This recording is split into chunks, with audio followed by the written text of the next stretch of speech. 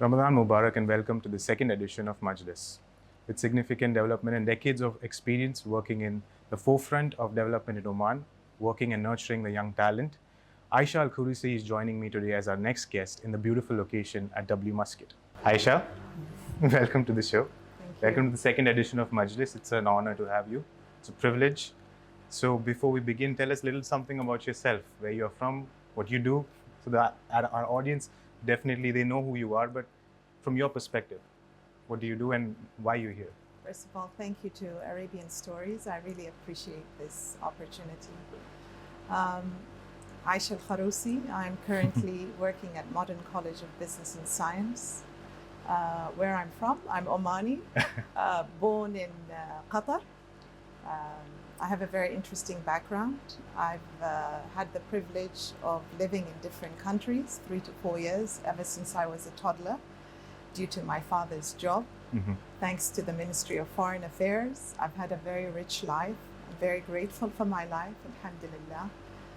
So I lived in various countries, went to various schools, British system, American system, Arabic system. So I lived in Pakistan, in Kuwait, in Syria, in Germany, went to boarding school in the UK, and got my bachelor's in America, in Washington, D.C. And that's who I am. So having had all these experiences over the years, what are you bringing back to Oman? What are the values, the strong values that you truly believe in, have you brought back to the country? I think my values were rooted from my culture. So rather than bringing from others, it was really rooted from my Omani culture. Right. And the amazing different communities that are in Oman today. I am very proud to be an Omani, and I'm also very proud to be a global citizen. The fact that I have been privileged enough to be living in different countries for 3 to 4 years until my 30s really is a blessing, really, because you get to be a tolerant person, you get to accept others accept you, whether it comes to religion, culture, tradition, and specifically in this area, which is the workforce. In the workforce, you tend to work with different people with different personalities, and so one of the areas that's very important is resilience. And what's really interesting, the college that I work for, MCBS, one of the 9 attributes for the students is resilience, and I'm so glad that we're teaching our students to be a part of that world. So what do you think distinguishes Oman? So you mentioned that resilience, you mentioned value system. What do you think distinguishes Oman as a country compared to the other countries you've visited? Oman is a multicultural. I think there's a fusion of culture when it comes to East Africa, India, subcontinent, Iran, Gawadir. And I think that's what stands out about Oman in the Gulf region in particular. Right. We are tolerant. We don't have to say we're tolerant. We are tolerant individual. We're very welcoming. We're hospitable. You see that how generous Omanis are from the minute you step down from the airport until you leave Oman again. People are just so gracious and so helpful, and they're not just helpful to those visitors or residents that are living in Oman. They're helpful with each other. You have been named as the most powerful women in the corporate in Oman. It's not a small feat. And you've seen a lot, you've worked with a lot of people. What's your secret to breaking barriers in leadership? First of all, thank you for that. But I think I don't deserve that title. I think others deserve that title more than me.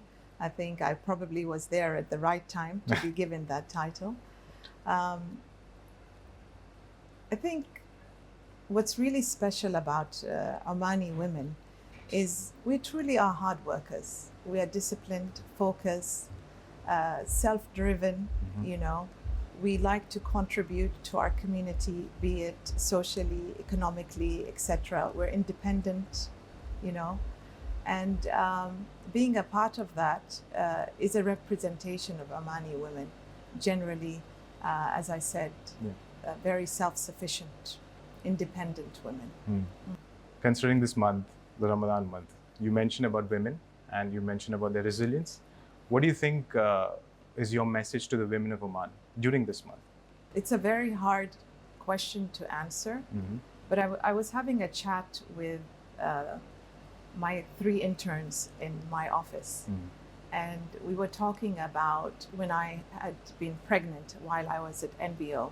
Okay. And I was telling them that I worked until the last day, and I had 30 days of maternity leave. And I knew that was not enough to spend time with my daughter at the time. But I did work every day. That's just me as Aisha. However, I think it's a woman needs to be, the Omani woman today has the opportunity to change policies and regulations and to influence. And what I did is I went to my CEO at the time and I asked him, can we increase the number of maternity leave days? It was 30 and he was very gracious and we changed it to 60 days. And I was telling them for these Omani Women Day celebrations, it's nice to celebrate. There's nothing wrong to celebrate, but have an impact. You as a person who can make decision or have influence as a woman, take that stance and go for it. Make a policy change, make a regulation change, make an influence. It's a beautiful answer. Thank you. What's the one bold decision of your career that shaped you today? The most bold, very nice question again. So the bold decision that I took at the time was in 2003. And at the time, Omani women really didn't go to other parts of Gulf countries to work as a single woman, you know. And I made that decision and I got the support of my family.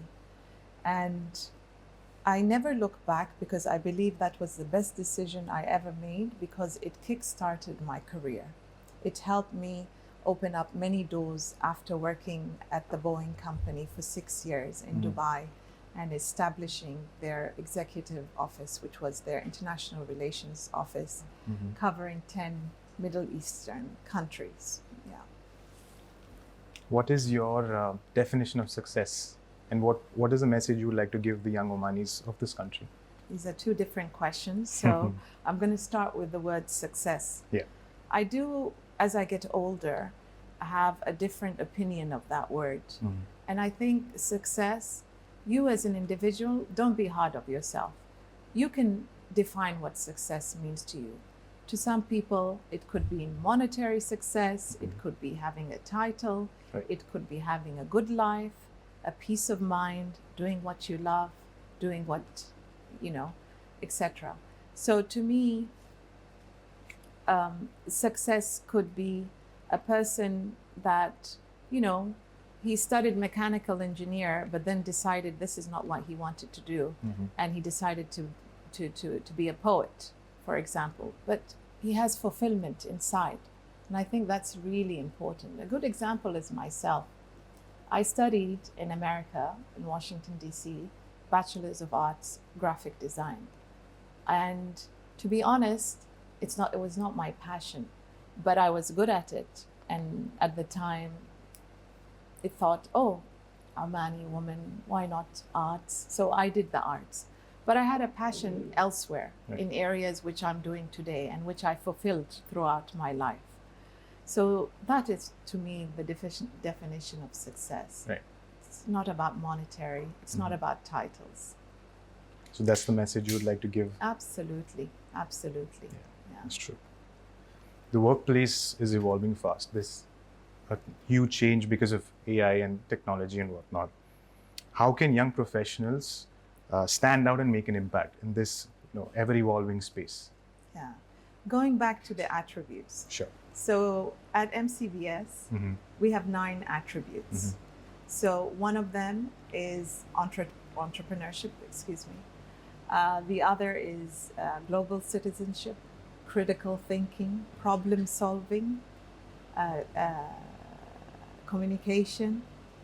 These are just a few of the attributes that you need today to be in the workforce. Absolutely. Digital literacy is the way to go. Right. We can't say that using ChatGPT today in schools is not allowed anymore. Obviously, there has to be regulations, but we have to embrace it. Even higher ed institute today. If you don't embrace AI today, you may fall behind and lose. So you have to be part of the progression of technology, and you need to embrace it. So my take is embrace it, run with it, and see what you can do with it. Yeah. Thinking about your younger self, if you could go back, I know it's not possible, but just thinking about that concept, if you could go back to your younger self, what's the one piece of advice you'd give to your younger self? Trust yourself. Trust yourself. Don't let anyone make you feel small. Trust yourself. That's beautiful. You have worked with many charitable initiatives in the past, especially with Zanzibar. Yeah. What made you pick that field? What drove you towards that aspect in your career, and how are you shaping, or what are the decisions you're thinking for the next 5 years, especially in Oman, across the world, wherever you're working? So my maternal side of the family are very charitable, and there have been many people in my life who have helped me go down that path, and I'm so grateful, because I wanted to even do that after I'm done with my professional life. I want to continue this until God takes my last breath, literally. So for the Zanzibar one in particular, today we have 630 orphans in the south of the island of Zanzibar. And it was truly inspired by my maternal uncles and aunts and my mother. And a person I call a mentor. And I hope I'm not name dropping, but when I worked for the Boeing company, I had two bosses. I had the president of Boeing for the Middle East region, which I reported to, and the second, the VP of Global Citizenship, which is the goodwill arm of the Boeing company. And she was based out of Chicago. She liked me so much, I got to meet her on several meetings, that she put me on her advisory board for the international, representing my international offices. Boeing at the time had 45 regions, and I represented the Middle East region. Her name was Anna Eleanor Roosevelt. She's the granddaughter of Theodore Franklin Roosevelt and Anna Eleanor Roosevelt, First Lady of the United States of America. And she inspired me, and she told me, go for it, Aisha. Make this madrasa, which was a school for Quran, which my maternal uncles and aunts did, and turn it into a school. So I did that with the help of everybody. It's not me. It really took a village to build this school, and that's where my inspiration came from. It's beautiful. I can imagine. I mean, it's not easy to get to that space, to work with so many children. You've achieved a lot. I don't want to say you've achieved everything, because everyone is achieving different things in life. What are you still chasing? What is that one goal that you're still chasing? I was talking to Mariam and Buthaina in my office today. And to be honest, I think I'm a lifelong learner. Remember, I worked more than 25 years in the corporate world, and then I transitioned into the higher education. Why I did that?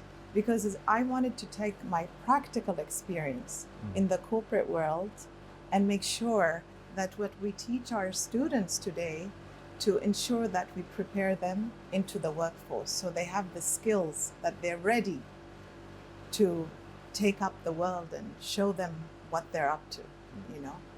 So this is it. Thank you, Aisha, for being with us today. It's my pleasure. Wish you a very blessed, peaceful month of Ramadan. Thank you. And to all the viewers who are watching us, Ramadan Mubarak from us. And for more updates on Majlis, keep following TAS.